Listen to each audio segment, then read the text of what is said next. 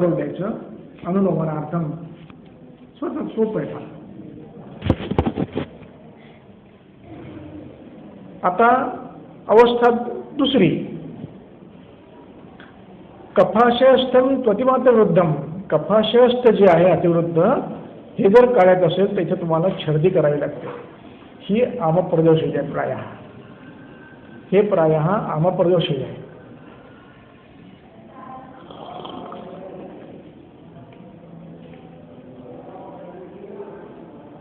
मग तिथे तुम्हाला छर्दी द्यावी लागते. तिथे कफानुबंध असतो. वृद्ध पित्त आणि कफस्थान स्वयं असल्यामुळे वृद्ध कफ, मग पित्तापेक्षा श्लेष्मा कमी असेल, पण तो आहे. नियम असा आहे की स्थानिनम प्रतिकृत्यवा. जर एक दोष समजा स्थान कफाचं आहे, कफाच्या स्थानात पित्त वृद्ध असेल तर स्थानिनम प्रतिकृती चिकित्सा करायची. म्हणजे कफचिकित्सा करून मग ही करायची असते. तेव्हा ती दोन्ही एकदम केली तरी चालते. आणि म्हणून तिथे वमन द्यायचं आणि पित्त आणि श्लेष्मा दोन्ही काढून टाकायचे. तेव्हा कफाशयस्थम त्वतिमात्रवृद्धम पित्तम हरेत स्वादभीर ऊर्ध्वमेव. आणि त्यातला एक शब्द महत्वाचा आहे, स्वादभीर. तिथे लवणजल द्यायचं नाही.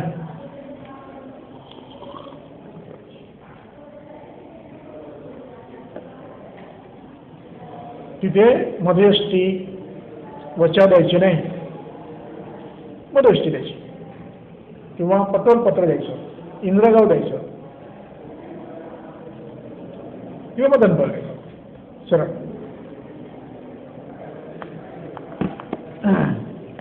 ऊर्ध्वमेव. पुढचं वाक्य महत्वाचं आहे. शुद्धाय काले मधुशर्कराभ्याम लाजेशमंथम यदि वा अपि पेयम. शुद्धाय एकदा शोधन देऊन झालं की मग काय करायचं? शुद्धाय काले मधुशर्कराभ्याम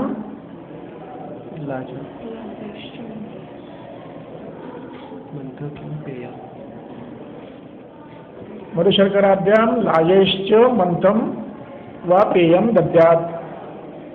लाजमंत मधुसाखर टाकून द्यायचं किंवा लाजे पेय द्यायची. तेव्हा मंथ किंवा पेय द्यायची. आता पेय देताना विचार करायचा तो असा की जर श्लेष्म हेतू असतील, श्लेष्म पित्त जे हेतू असतील तर पेया द्यायची नाही. तो नियमच आहे. जर शोधन चांगलं झालं नसेल तर पेया द्यायची नाही. शोधन चांगलं झालं असेल तर मग पेया द्यायला हरकत आहे. बघा सिद्धिष्ठान अध्याय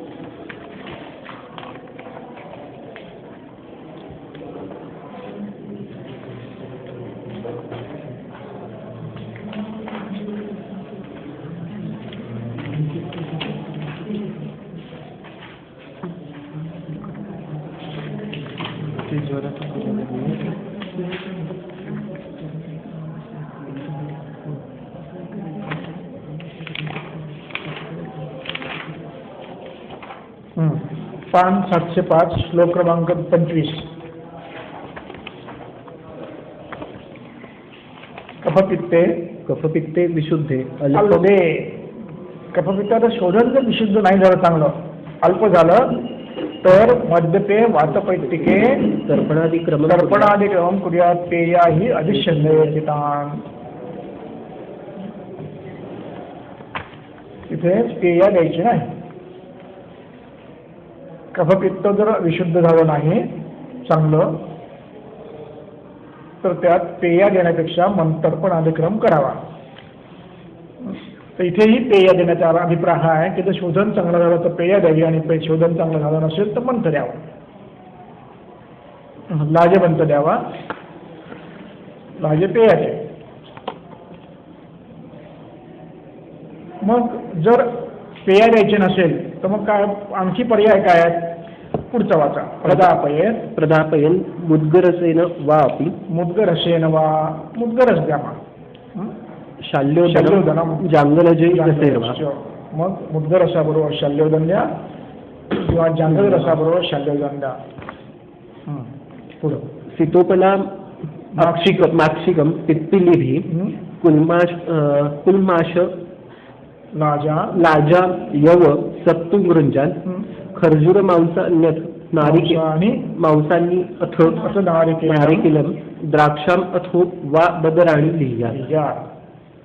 जर आता त्यानंतर मग सांगतात की शीतोपला माक्षिक पिप्पलीभी कुल्माश लाजा यवसत्तू गृंजन खर्जूर मांसम अथ नारिकेलम वा बदराने लिह्यात यांचं लेहन करावं. आता नारिकेलाचं लेहन करायचं म्हणजे काय करायचं?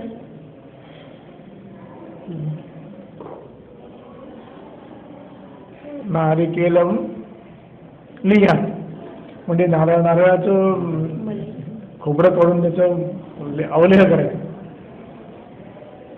वाटून, किंवा कोवळं नारळ असतं ना त्याचा लेह करून द्यायचा पाणी आणि नारळ, ठीक आहे, बदर आणि गद्यात. किंवा नारिकेलम द्राक्षाम अथवा बदराने लिह्यात, किंवा द्राक्ष आणि बदर यांचा कल्प करून लेह करावा. किंवा श्रोतो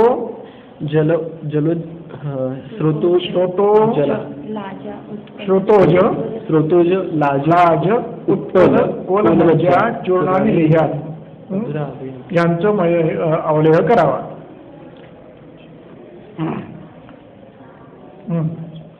लिह्या पुढं चूर्णानी. बघा इथे काढा द्यायला कुठे सांगितलेलं नाही, हा सगळा लेहच सांगितला आहे. चूर्ण किंवा लेह कल्पना आलेली आहे. चूर्णानी लिहन मधुना अभयांच. मधुना ही यांची चूर्णाने श्रोतोज उत्पल कोलमज्जा यांचं चूर्ण द्यावं. लिह्यात मधुना वा अभयांच. चूर्णाने लिह्यात मधुना अभयांचे लिह्यात मधुना किंवा अभया मधाबरोबर द्यायची. पुढं कोलास्थी मज्जा अंजन मक्षिका विड लाजा सीता मागधिका कणावा लिह्या लेहनाला हे द्यायचं. आता जर तुम्ही शोधन केलं नसेल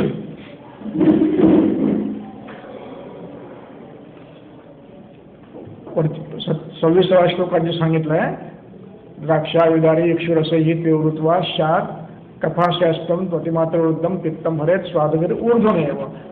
हे तुम्ही शोधन जर केलं नसेल, अनुलोमन आणि शोधन दोन्ही, आणि दोष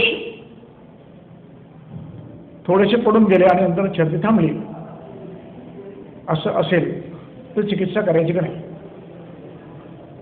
एक उलटी झाली पुन्हा उलटी नाही झाली, तिथे निर्णय कसा घ्यायचा? तिथे जर लालाश्राव, अरुची, स्थैमित्य, उदरगौरव, आनंदाभिलाष असं असेल तर गरम पाणी पाजून उलटी करायचा प्रयत्न करायचा. गरम पाणी कोमट पाणी पाजायचं, बोटं घालून काढायला लावायचं. कोमट पाणी उलटी छान होत्या गरम पाण्यापेक्षा. कोमट पाणी हे स्वतः उत्क्लेश करणार आहे, गरम पाणी अनुलोमन करणार आहे. तेव्हा किंचित कोमट पाणी दिलं आणि बोटं घालून काढलं तर ते निघून येतं. आणि ते निघत नसेल, काढण्यासारखी अवस्था नसेल, लहान मुलं आहे, पेशंट नाजूक आहे, भीती वाटते करायची, तिथे काय करावं? तिथे तुम्हाला एक उपवास द्यावा लागेल अशा अवस्थेमध्ये. म्हणजे अनुलोमन देताना सुद्धा असं अनुलोमन द्यावं की मलप्रवर्तन होईल, विरेचन होणार नाही. मग त्यासाठी आपण जे वापरतो ना सूतशेखर, हे अनुलोमक आहे. सूतशेखरामध्ये भावना कशी म्हणजे मला माकाची, माका अनुलोमक आहे. माका अनुलोमक आहे. त्यामुळे सूतशेखर अनुलोमक म्हणून द्यायला हरकत नाही. ते स्वतः अनुलोमक आहे. अविभक्तिकर चूर्ण अनुलोमक आहे. अशी लघु अनुलोमन द्यायची विरेचन न देता. म्हणजे ते द्राक्षा थोडंसं द्यायचं, तिथेही अनुलोमक आहे. आरगवत थोडंसं द्यायचं, अनुलोमक आहे. या पद्धतीने ते करायचं. आणि मग त्यानंतर मग हे सगळं झाल्यावर मग पाचनक्रम करायचा. पाचनासाठी तुम्हाला नागरमोथ्याचं पाणी, फक्त नागरमोथ्याचा क्वाथ किंवा घनचंदन, सुंठ्यामू यांचं पाणी थोडं थोडं प्यायला द्यायचं. फार मोठ्या प्रमाणात द्यायचं नाही. जर अमावस्था असेल तर थोडं थोडं द्यायचं. सिद्ध जल, आणि त्या सिद्ध जलाने पाचन करायचं. आणि मग त्यानंतर हे लाजा वगैरे क्रम नंतर करायचा. एकदम तुम्ही लाजा क्रम केला तर ते उलटून पडणार आहे. जर आमाशयाची अवस्था निराम नाही झाली तर त्याने पुन्हा दोष वाढतात आणि पुन्हा छर्दी होते. आणि म्हणून आमाशभूत कोष्ठामध्ये कधीही लेहन द्यायचं नाही. चांगली भूक लागेपर्यंत लेहन न देता केवळ वेट अँड वॉश करायचं, औषध द्यायचं, बसून राहायचं. आणि ज्यावेळेला भूक लागेल त्यावेळेला मग तुम्ही लाजाडी क्रम करू शकता, जिथे शोधन नाही केलं तिथे. हे वर्णन करत नाही ग्रंथकार. याचं कारण मूळ अध्यायात म्हणजे विमानस्थानाच्या दुसऱ्या अध्यायात आमोदोष चिकित्सा कशी करायला सिद्धांत आधीच सांगितलेला आहे. तो प्रत्येक ठिकाणी त्याला म्हणतात आगतवेक्षणीय तंच. सिद्धांत आलेला आहे कुठेतरी, तो वापरायचा आपल्याला.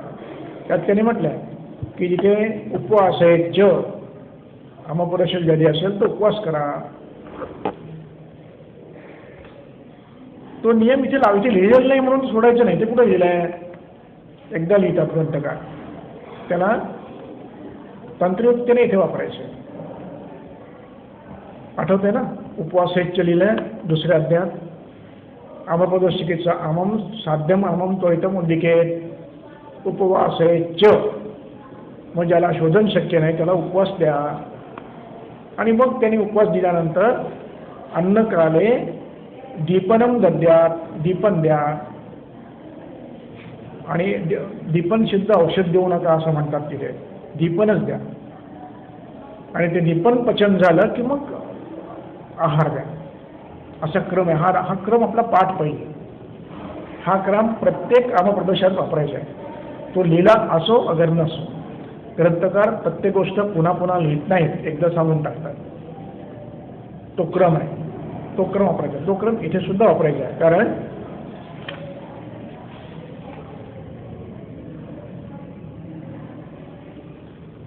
बघा श्लोक 10 बघा.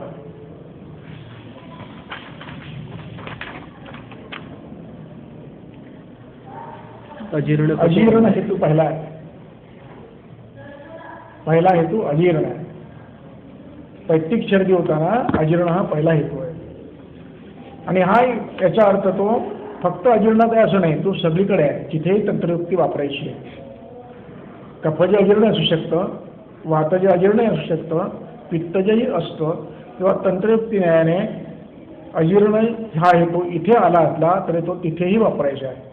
कफातही वापरायचं आहे, वातातही वापरायचं आहे.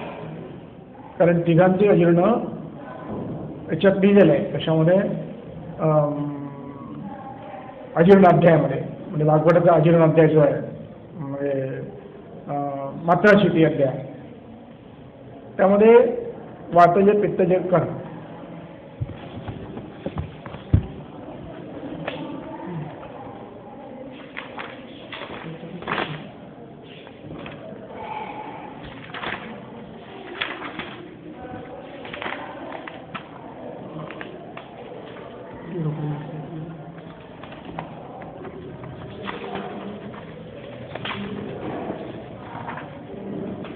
आठवा सूत्रस्थान 8.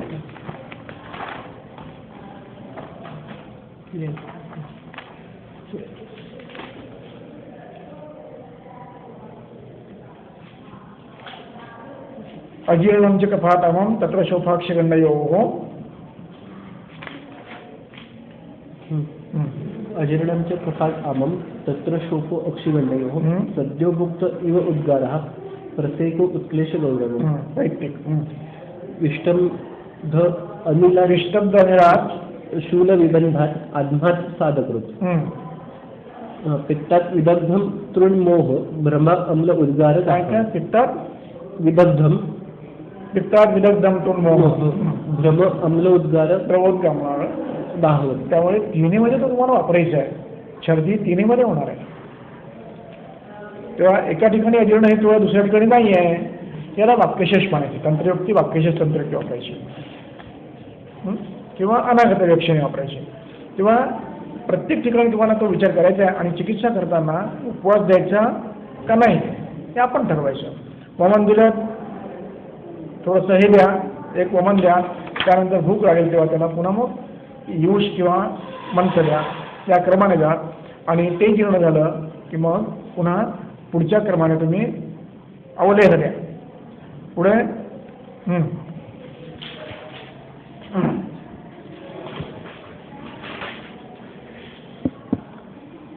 कोलाष्टी मज्जा अंजन